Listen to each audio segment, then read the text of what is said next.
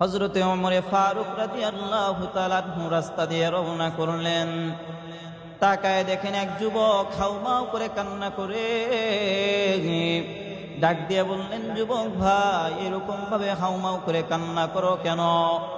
বলতে লাগলো, হে ওমর, আমি কি কারণে কান্না করি এটা তোমার কাছে বর্ণনা করতে পারবো না, তবে তুমি যদি আমাকে পয়গম্বরের কাছে নিয়ে যাও, মন খুলে খুলে আমি পয়গম্বরের কাছে আমার নিজের কথাগুলো বলতে চাই।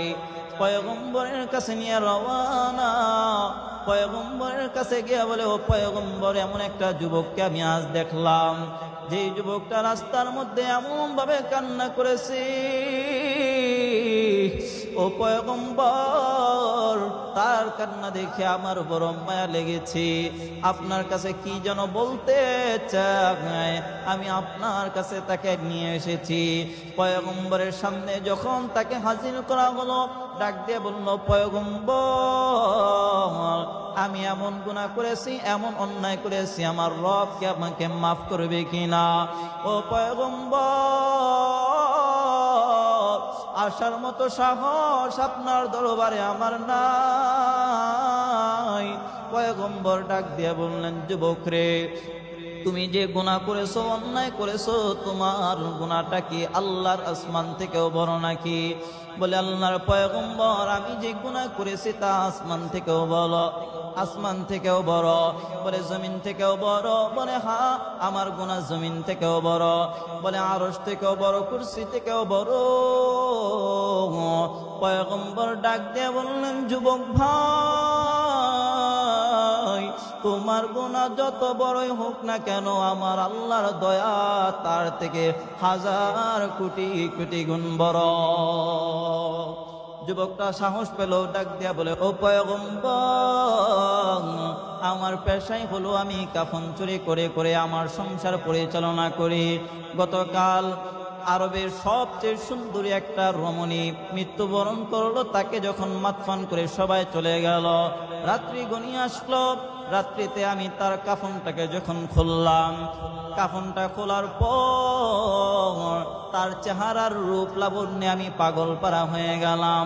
ওগো পয়গম্বর, আমি আমার নিজেকে নিয়ন্ত্রণ করতে না পেরে এক পর্যায়ে আমি তার সঙ্গে জিনা করে ফেললাম। জিনা করে করে যখন আমি সামনের দিকে রওনা হয়ে গেলাম কাফনটাকে নিয়ে, পিছন থেকে ওই মহিলা ডাক দিয়ে বলে, ও নাফরমান, আজকে অসংখ্য অগণিত কবরবাসীর সঙ্গে তুই, কবরবাসীর সামনে তুই আমার ইজ্জত নিয়ে টানাটানি করেছ। দুনিয়ার জমিনের মধ্যে আমি বেঁচে থাকা পর্যন্ত কেউ আমার গায়ের মধ্যে একটা টাচ করার সাহস পায় নাই। আমি এত সুন্দরভাবে পর্দায় আবৃত থেকেছি, আজকে তুই আমার ইজ্জতকে লুণ্ঠন করে সত্রে নাফরমান, এত কবরবাসীর সামনে আমার কাফন খুলেছ। মনে রাখিস, আমি আল্লাহর কাছে তোর জন্য নালিশ করব, আল্লাহর আদালতে আমি তোর জন্য নালিশ করব। যুবকটা যখন রওনা করলো, মহিলার কণ্ঠে এই আওয়াজগুলো শুনতে পেয়ে আর নিজেকে বরদাস্ত করতে পারল না। পয়গম্বর ডাক দিয়ে বললেন, যুবক রে, তারপরে কি হয়েছে বলো? বলে, ও পয়গম্বর,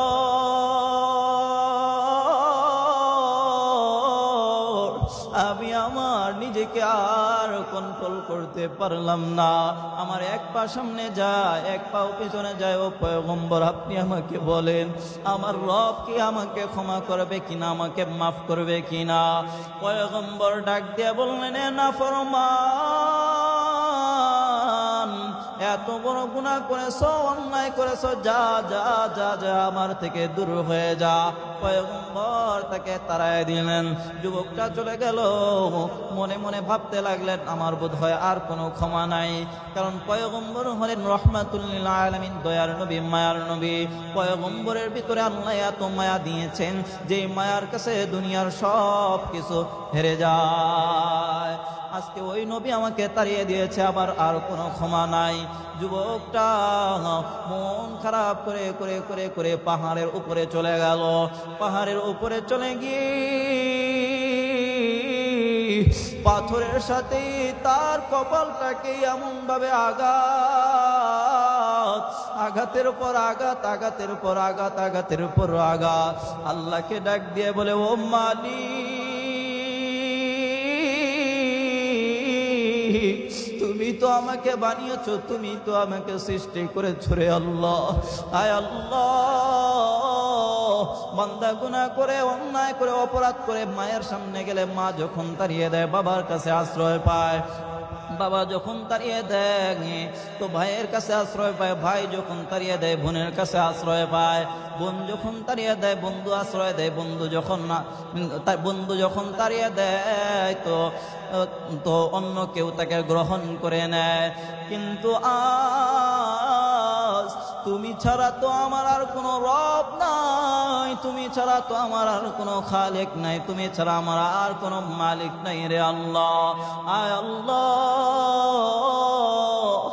আমি আল্লাহ লজ্জিত হয়ে আল্লাহ আজকে তোমার কাছে মাফ চাইতেছি। আয় আল্লাহ, আর কোনোদিন গুনাহ করব না। আয় আল্লাহ, আর কোনোদিন অন্যায় করব না রে আল্লাহ। আয় আল্লাহ, তুমি আমাকে মাফ করে দাও। তার তওবাটা আল্লাহর কাছে এত সুন্দরভাবে মঞ্জুর হয়ে গেল রে গোলাম। রে বান্দা, তার এই তওবার কারণে আমার আল্লাহ তাকে মাফের ঘোষণা করে দিয়েছেন। সঙ্গে সঙ্গে জিবরিল আমিনকে প্রেরণ করে দিলেন, ও জিবরাইল যাও, আমার হাবিবের কাছে গিয়ে জানিয়ে দাও, যেই লোকটাকে তাড়িয়ে দিয়েছে, যেই লোকটাকে তাকে পয়গম্বরের থেকে মাহরুম করে দিয়েছে, আমি আল্লাহ তার একটা বারের তওবার কারণে আমি আল্লাহ তাকে মাফ করে দিলাম। ইয়া ইলাহি মুঝসে মুঝকো दूर कर, ताके देखो मुझ में तुझको एक नजर।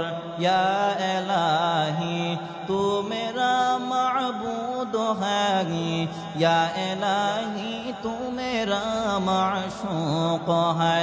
अल्लाह अल्लाह क्या मुबारक नाम है, अल्लाह अल्लाह आशिकों का काम है। या गियासल मुस्तगीसीन अहदिना लफ्तिखारा बिलउलूम वल গিনা। বলে আমার আল্লাহ তো দয়ার সাগর। বনি ইসরাইলের এক যুবক এমন গুনাহ করেছে, এমন অন্যায় করেছে, অন্যায় করে করে জিন্দেগিকে পার করে দিয়েছে। মৃত্যুর আগ মুহূর্তে সন্তানদেরকে ডাক দিয়ে বলে, ও আমার আদরের দুনালেরা, ভালো করে শুনিয়া নাও, আমি বাবা তোমাদেরকে একটা ওসিয়ত করে যাই, আমি যখন মৃত্যুবরণ করব তখন তোমরা আমার লাশটাকে কবরের মধ্যে নিয়ে মাদফন করবা না। তো বাবা কি করব? বলে, আমি যখন মৃত্যুবরণ করব আমার লাশটাকে তোমরা আগুনের মধ্যে পুড়িয়া আঙ্গার করে দিবা। আমি যখন পুড়িয়া আঙ্গার হয়ে যাব, ছাই হয়ে যাব, তখন তোমরা এই ছাইগুলোকে দুইটা ভাগ করে ফেলবা। একটা ভাগ তোমরা পানির মধ্যে উড়িয়ে দিবা, আরেক ভাগ তোমরা বাতাসের সাথে উড়িয়ে দিবা, আরেক ভাগ তোমরা বাতাসের সাথে উড়িয়ে দিবা। এই ওসিয়তটা তোমরা অবশ্যই অবশ্যই মান্য করবা। কিছুদিন পর তার বাবা যখন ইন্তেকাল করলো, বাবার ওসিয়ত সন্তানরা তো কোনোভাবেই মানতে পারে না, কোনোভাবে বরদাস্ত করতে পারে না।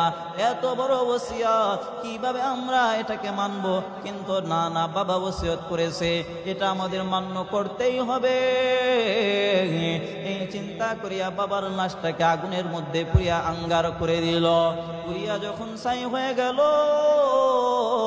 সমস্ত ছাইগুলোকে দুই ভাগ করিয়া এক ভাগ পানির সাথে মিশিয়ে দিলেন, আরেক ভাগ বাতাসের সাথে উড়িয়ে দিলেন। মুসলমান রে, এমন সময় আমার মাওলা তো সব কিছু দেখতেছেন।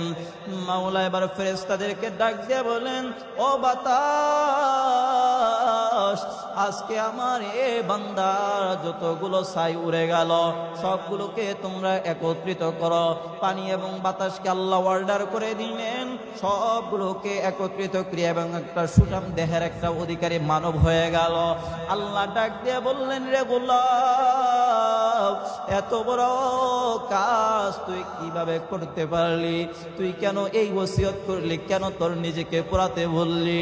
এমন সময় যুবকটা ডাক দিয়া বলে, ও দয়ার মালিক, তুমি ছাড়া আমার আর কোনো রব নাই, তুমি ছাড়া আমার আর কোনো খালেক নাই, মালিক নাই, তুমি ছাড়া ইলাহ নাই।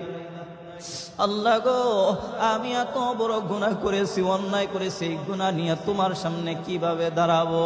ও দয়ার মালিক আল্লাহ, গুনার কথা চিন্তা করি আল্লাহ আমি ওসিয়ত করেছি, এই গুনাহ নিয়ে আমি তোমার সামনে দণ্ডায়মান হতে চাই না, তোমার সামনে দাঁড়াতে চাই না। মালিক ডাক দেয়া কয়, এ আমার বান্দারে, জীবনে অনেক অন্যায় করেছ, অপরাধ করেছ, আমলের খাতা শূন্য, আমি আল্লাহ তোর এই একটা কথার কারণে তোকে মাফ করে দিলাম।